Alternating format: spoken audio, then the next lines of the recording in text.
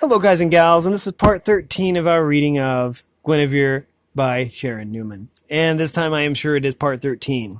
The last video I thought it was, but it wasn't. Okay. Anyways, as always, we're going to go over the copyright information here. Here. Copyright 1981 by Sharan Newman, and I have the artist's written consent to read this book on my YouTube channel. Now, in the last book, Flora, who was bedridden, got strength from Epona enough to actually carry out a ritual, or try to, and tried to sacrifice Guinevere onto an altar. The altar that was in the wine cellar, to be exact. But the unicorn broke down the wooden door, and basically Flora killed herself by shoving the bronze knife through her own heart. And the unicorn vanished. So, anyways, we are going to pick it up from where we left off. Leodegrance and Giraldus were going to go around the property to look for damage. What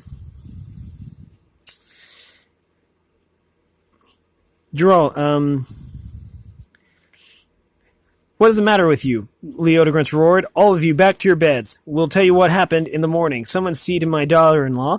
She looks ready... Excuse me. She looks ready to collapse.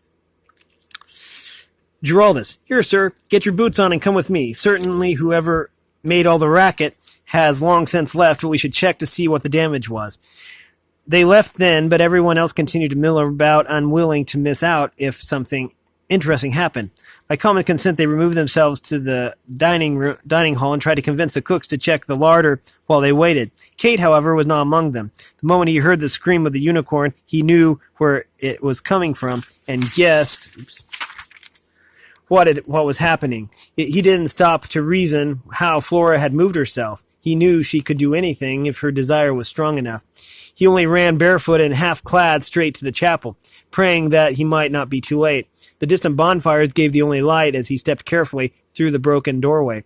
At first he could see nothing, and then he made out a glitter, and slowly, in glowing terror, he walked toward the altar. Guinevere's eyes wide open, covered in blood. "Oh no," he pleaded, and then louder sobbed and then even louder sobbing, begging, "No." He knelt on the stones, afraid to touch her. "Grandmother, why did you do this?" he yelled. "Why didn't you take me?" He heard their voices and the sound of their boots, the only footsteps nearing the chapel. He struggled to his feet and groped his way to the door leaning on the lintel post. His cries had brought not only Leodegrance and Giraldus, but the rest of the house, including Gwendolyn, who had found time to dress properly and even oddly put on her earrings. Kate saw her and panicked. "Don't let her in," he called. "Giraldus, keep them out. Wait." They pushed past him. Someone had remembered to bring a torch. The fire made wild shadows, and at first Giraldus couldn't recognize the thing on the altar before him. A mass of filmy gold with patches of red and white showing here and there was all he could make out. Then he shuddered. He realized that one of the white patches hanging down the side of the altar was a human arm, and suddenly the mass of abstract shapes came into focus. "Oh my goodness," he whispered. He murmured. He pulled off his cloak and went to wrap it around her, more to keep her parents from seeing than to preserve her modesty, for he was certain she was long past caring. As he did so, he noticed a faint movement of her lips. She was breathing. "Someone help me. She's still alive. Quick." Gwendolyn rushed past everyone as they stood rigid with shock and confusion. She pushed a cloak off and brushed back the cascade of hair from Guinevere's body, hunting for the wound to staunch it, but she found nothing. She lifted her daughter and ran her hands over her limp back. There was not even a scratch. Finally, she showed Leodegrance. "This is not her blood. I can find no mark upon her. Where did it come from? How did she get here? Is there a curse upon her house?" Leodegrance examined her carefully, noting her still open, gazing eyes. She has been drugged by someone. She may not have any idea where she is or what has happened. Quickly, someone wrap her up and take her to the baths. Put her in a clean nightdress and return her to her room. She may awake never knowing of this night. "No, I will take her," Gwendolyn insisted. "My last baby, my strange girl child. No one shall touch her but me. Where's Flora?" What do you mean? Leodegrance wondered if she had gone mad also. Flora is bedridden. Pincerna then remembered the commotion in Flora's room. She is missing. Rihanna found her bed empty. Do you think someone has captured her too? Gwendolyn was busy covering Guinevere and pulling the strands of sticky hair from her face. She didn't look up to speak, but her voice was low and careful. Low, clear, and awful. Flora has done this thing. She always wanted Guinevere for her pagan sacrilege. I want her found and punished for this.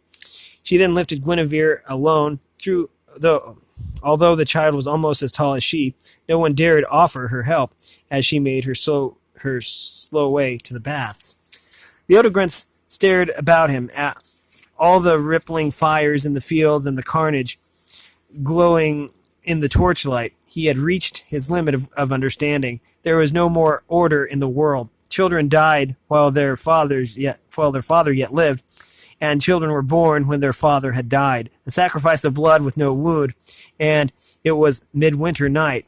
The bonfires assaulted the sky as though they would be the sun and light the darkness of the heavens. It was a night for men to go mad. He noticed a thick oaken door torn from the hinges and splintered on the tiles. Am I perhaps mad myself, he wondered. The altar was bare now, the room dark. People began edging away, remembering that they had left the cook stirring a spiced ale to take the chill off their souls. Giralda stayed behind. He watched Leodegrance with concern, unsure of what to do next. And Kate stayed.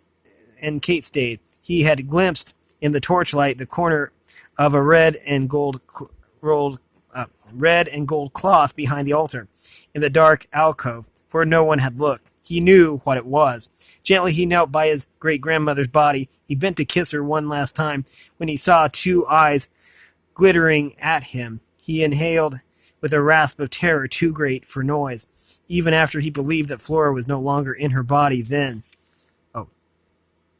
Ever after he believed that Flora was no longer in her body then. He refused even to consider what spoke to him through her mouth. The sacrifice was desecrated, the voice hissed. She will not pay, but Britain will. And you, the child, was mine. She was destined for me, and no other fate. Now all who have her will reap only grief from her. She will come to wish she had gone with me that night.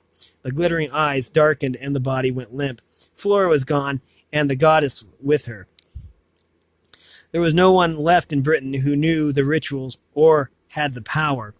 A sudden light hit Kate's eyes. Giraldus had thrust the torch where he was kneeling. His breath came back so quickly that he choked on it and started coughing. Leodegrance looked down at the body. No emotion showed in his voice. Gwendolyn was right, but we will have no need of vengeance now. Take her to her people and have her put on the fire. She would prefer it to a Christian burial, and it is better that it be done now before we begin to ponder this night. Kate nodded.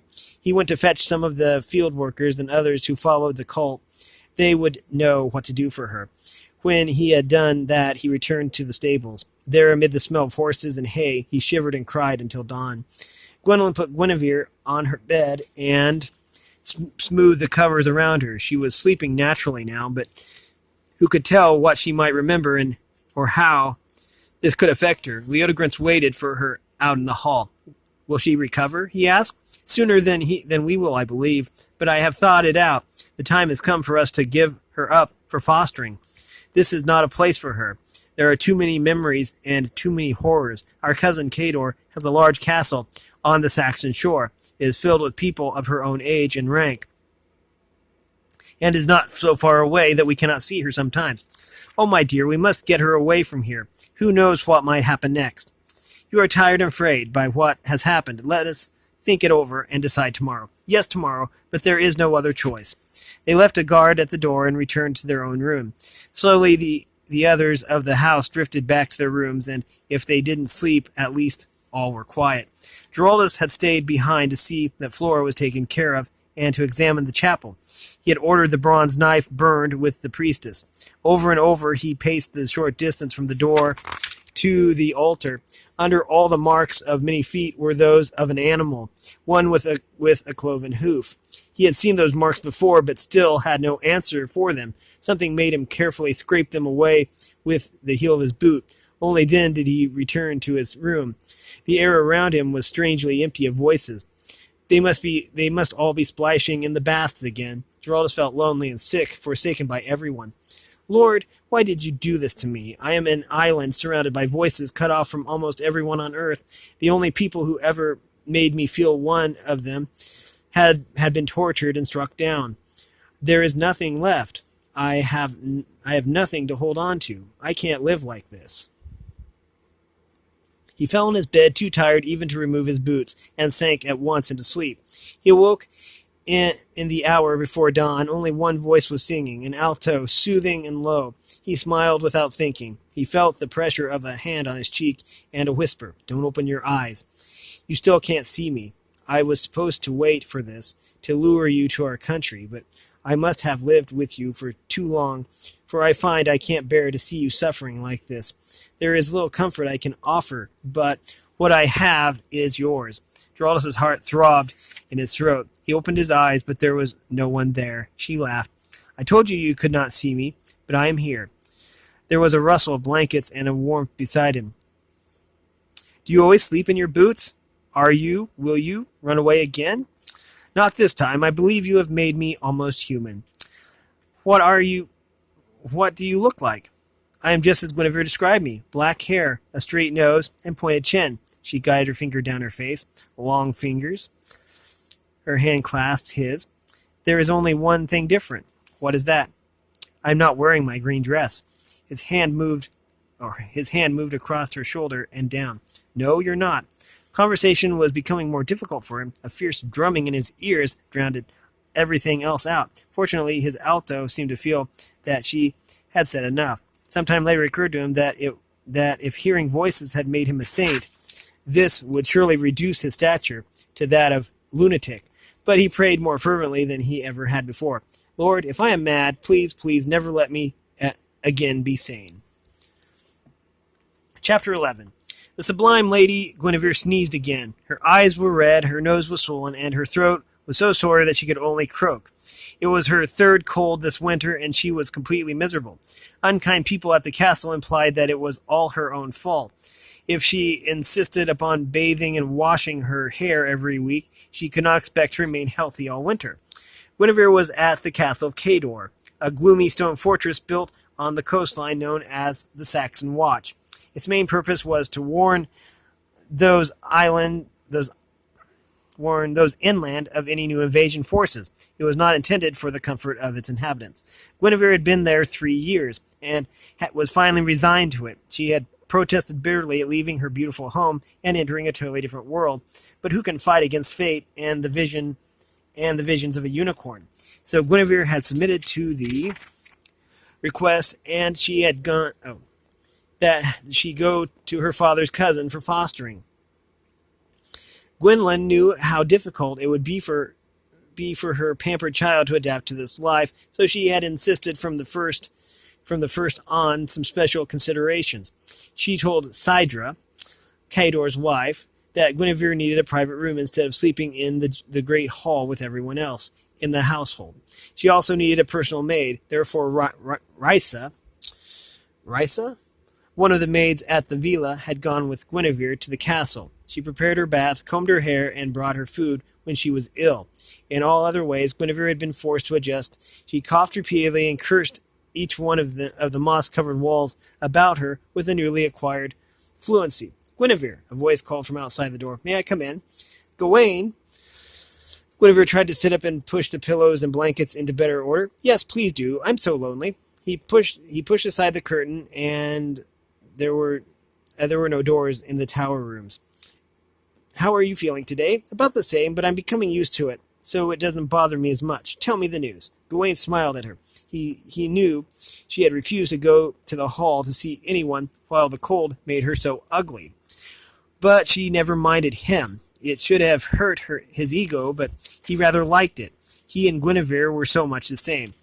"They say that Arthur is coming to visit before spring. He is looking for men to come for some special new group he is planning. This time, I'm determined to make him notice me. Oh, the round table, I get it. How could he avoid it? She laughed. Even in the late afternoon sun, Gawain's hair glowed with a crimson light, all its own. He was the only person she had ever met whose hair could rival her own. It curled forth from his head in a series of living coils, and gleamed in the daylight like a nimbus about him. Apart from that, Gawain was a head taller than most people, and so vibrantly handsome that respectable matrons had been known to walk into closed doors while staring at him. Gawain was not amused by her teasing. "This is serious, Guinevere," he insisted. "I've trained for the last 5 years in hopes that Arthur would notice me and ask me to join him. Every time he has come here, though, I've been away. He never comes to Cornwall, where my family lives. I just can't understand my luck." Guinevere nodded. I have never met him either, for all I have heard of him. Each time he has been here, I have been at home or visiting somewhere. Every time he visits my parents, I seem to be here. It does seem bad fortune that neither of us can come face to face with the one man the entire island depends on. I won't let it happen again. Nothing will get me away from the castle until I've shown what I can do and have the opportunity to join him. They were interrupted by Risa, Guinevere's maid. She spoke to Guinevere, but her eyes were always on Gawain. "Are you feeling well enough to come to dinner, my lady? I will help you dress if you wish to go down." "No, thank you. I'm not hungry. If you will bring me some soup and spiced wine, then when you finish your meal, that will be enough." "Yes, my lady." She curtsied and stumbled out, still staring at Gawain. He sighed. If only they would be willing to do more than just look. We were talking about Arthur." "Yes, well, I was only saying that I won't be passed over this time. It could be a great help to I could be a great help to Arthur, if he would only overlook my affliction." "I know that, but it is hard for those who don't know you well to understand. I've never known of anyone with such a curious problem before.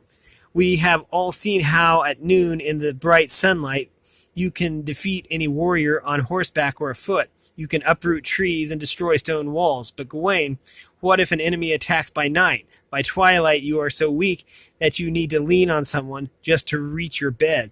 And once you are asleep, we can't even wake you. A whole battle could be fought around your tent, and you would never know it.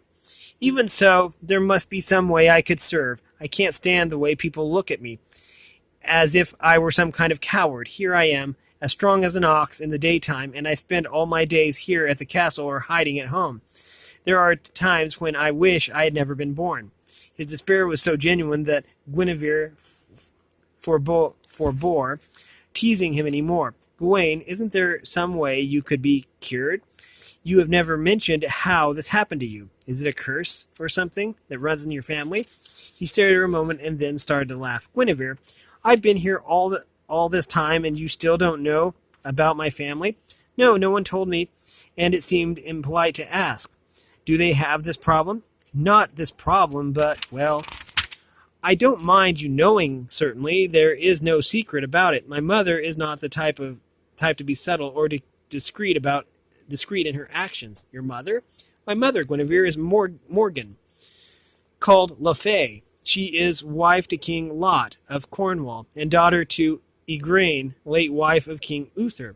Her sister is Morgause, a sorceress. Some say you may have heard of them all." He flushed a little as he confessed it, as if both ashamed and proud of his notorious family. Guinevere was uncomfortable too. "Oh, I'm sorry. I shouldn't have asked. Really, I should have known. I have heard of your mother. She must really be an interesting person to know." Gawain laughed again, this time without humor. "So say half the men in Britain." "I didn't mean that, Gawain. You should know. Never mind." She brushed away his apology. "Didn't you ever ask your mother about your problem? Have you always been this way?"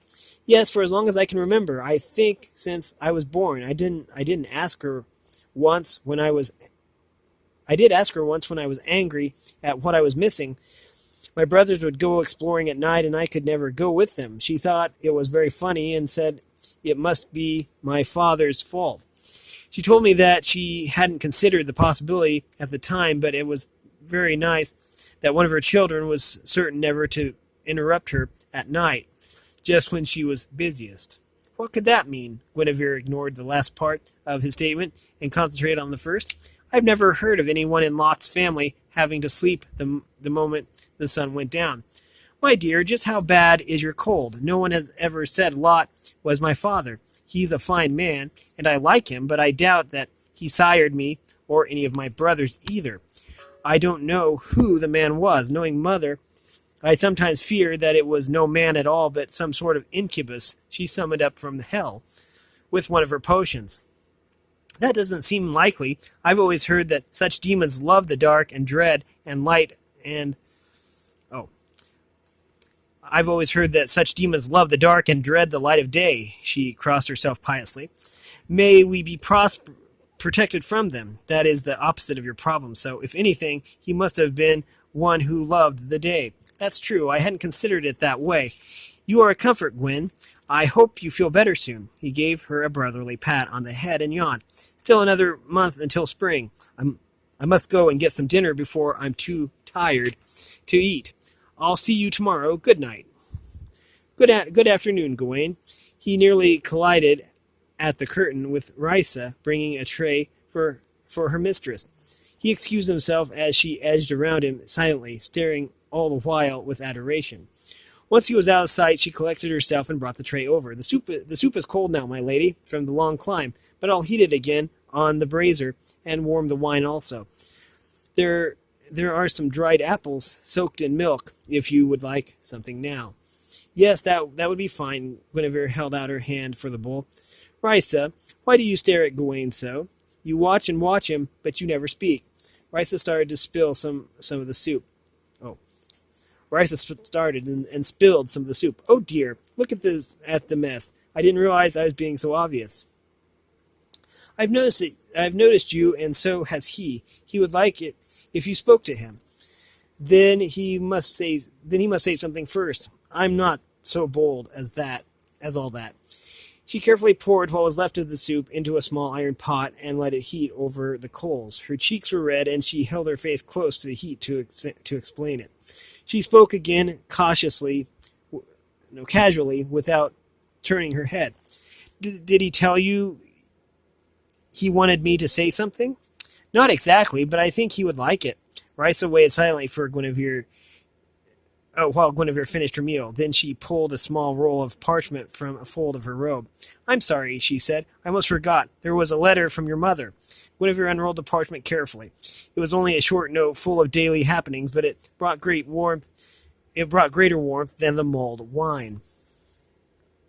Is there any news, my lady? Nothing special, Guinevere smiled. My niece is demanding that her grandfather teach her to ride. She is an active little person and apparently keeps the whole household busy. She is so pretty and so much like Matthew. I can hardly wait to see her again. The roof in the solarium is leaking this winter, and father is worried that he can find no more tile makers to repair it properly.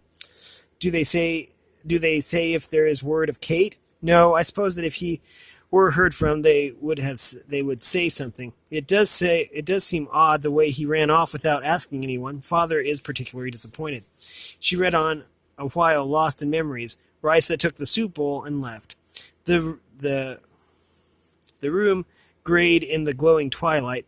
Finally, she put the letter down and looked about her. Despite the efforts of Gwendolyn and her hostess, the contrast between this room and the one that she had grown up in was enormous. The floor and the walls were cold stone.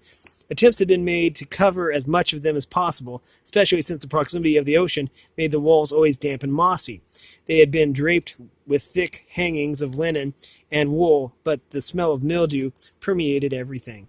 The floor was strewn with straw, which soon grew brown and broken from dropped food and muddy boots.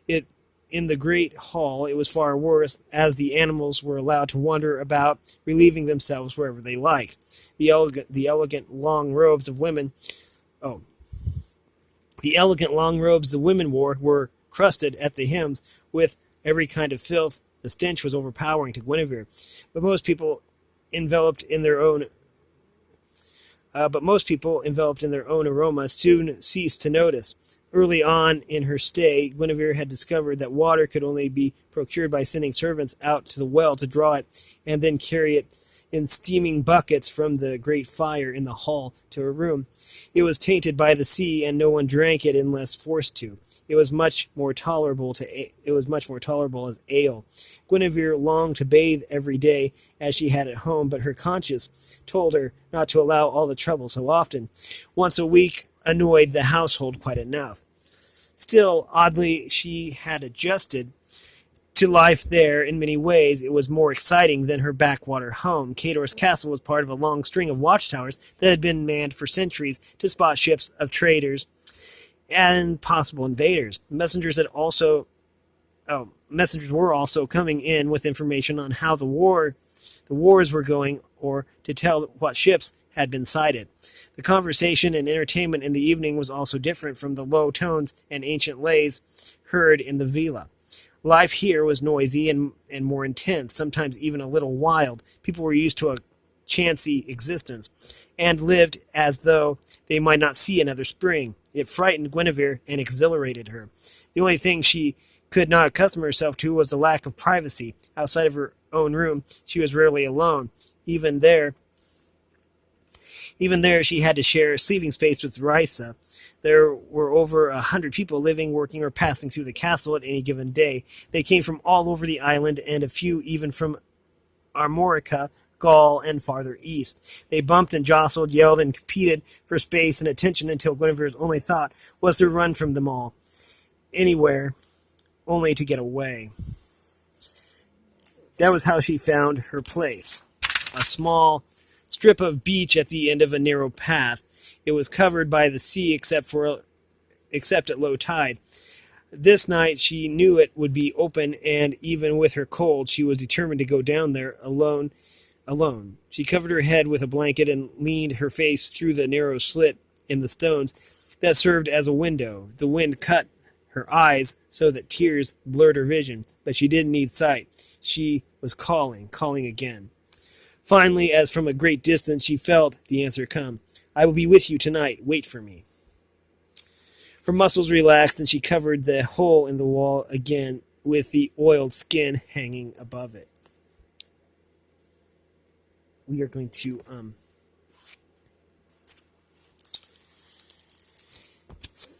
stop that there. We have been reading from Guinevere by Sharan Newman. This book is still for sale, along with the sequel, The Chessboard Queen and Guinevere Evermore.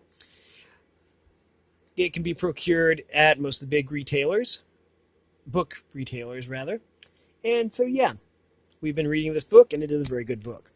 Anyways, if you like this content, make sure you like and subscribe, ring the bell so you know when I upload, and if you support me in any way, all that information will be in the description below. As always, thanks for watching, everyone, and have a great day.